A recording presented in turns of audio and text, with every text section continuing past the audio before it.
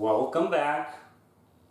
Last time we talked about how I developed my approach, serratus anterior and the coracoid. Today we're going to talk about why it's so important. We're going to take a closer look at the shoulder and that coracoid. And why, when it's just glued down and forward, it puts so much stress on everything, from the back of your head halfway down your back, and parts beyond, indirectly.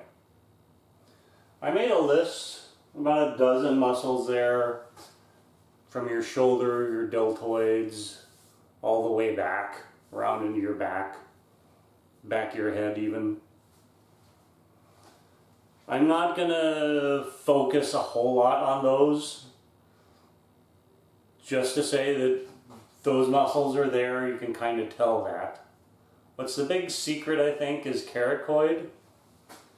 Those of you in the massage industry and doing therapies and stuff, obviously you know about it. But basic folks, like before I went to massage school, I wouldn't have known anything about it.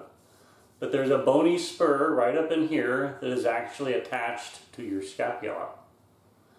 I want to look at those muscle connections specifically and kind of point out why they have such a big effect when that's knotted up. We want to look at pec minor. I have a good picture of pec minor here. And that thoracic outlet bundle, nerves and arteries and veins and stuff. Notice how that bundle goes underneath pec minor and the coracoid. From the coracoid to the surface, it's all just muscle in here. There's no reason not to work it. This all being knotted up is how you get thoracic outlet syndrome. And when you get those knots out of there, you feel it melt away and go back into place, you can feel your hand and arm waking up. It gets all tingly, like you've been sitting on it for a while. After a couple minutes it just goes away and the circulation's back. So we just resolved thoracic outlet syndrome by getting the knots out of there.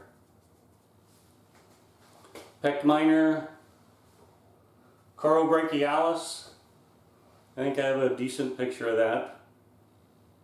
If I don't. It hooks on basically there onto your humerus, goes up to that coracoid.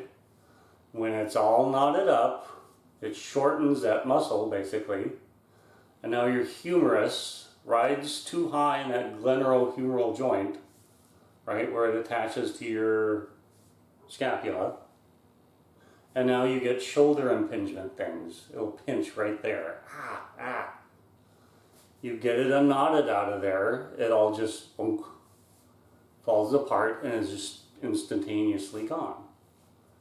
It's not on the coracoid. So shoulder impingement stuff. Omohyoid, there's a little muscle that hooks under your chin there, under your hyoid bone. Goes down right about there, takes a loop over, hooks onto your coracoid. And when that's under stress again, it's all knotted up, it pulls. And there's this pain on the front of your neck that's always there. Getting the knots off of your coracoid resolves all that. Medial head of bicep.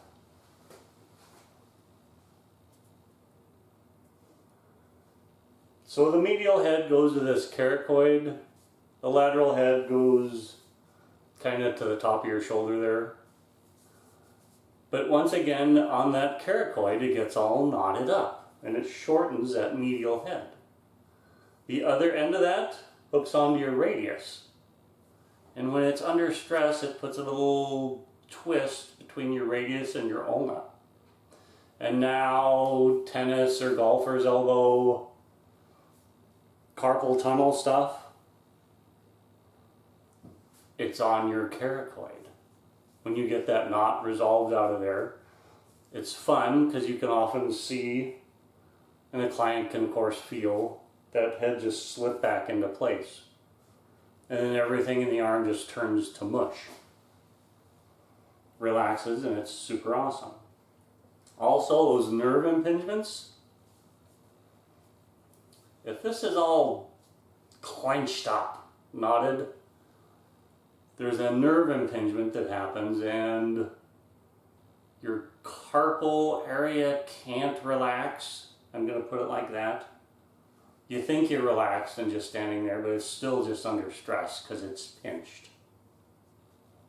Right? But anyway, that all goes away. Even when you're just working on this, people with carpal issues can feel it in their carpal area, just starting to relax and fall apart, like it should be. So we went through pec minor, coracoid, bicep. There. Going to show a couple pictures of serratus anterior, so we have a better idea what I'm talking about. Hooks onto your rib cage, 9th rib, all the way up to that 1st rib.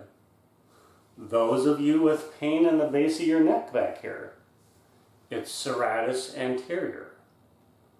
Up on that 1st rib, it gets stuck. It's stuck on just about everybody I've ever worked on. But anyway, serratus anterior, all of that gets matted down. The muscles themselves are just funky and off.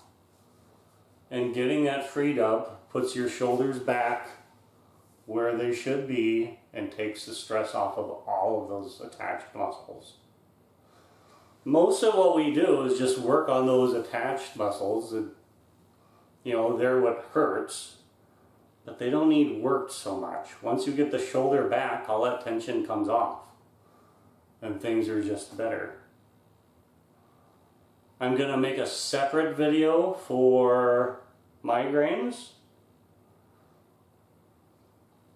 But it's the same issue.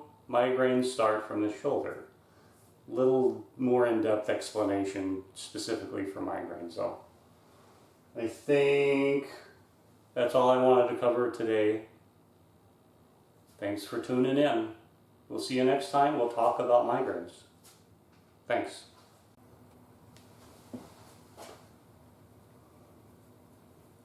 I need to make a small correction.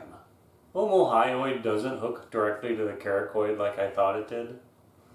It hooks up onto your scapula, and working on coracoid does resolve anterior neck pain.